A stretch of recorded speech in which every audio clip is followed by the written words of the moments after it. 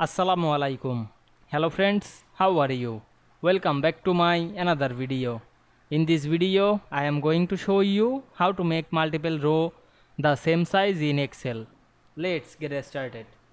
At first, you have to open your Excel workbook. Now we want to change the multiple row size and make the size same. Select multiple row. Click and drag on our mouse. Now I am select this multiple row. Then go to the home menu, select the format drop down menu. We can see here the cell size. Now I am select the row height option. Then we can see here the row height is 20. Now I am change the height 50. Then press OK.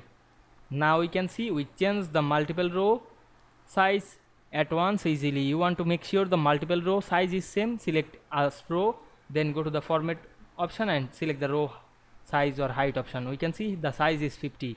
Check another. Now we can see the size is 50.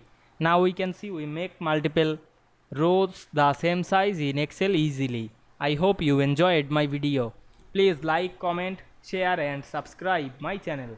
Thanks for watching.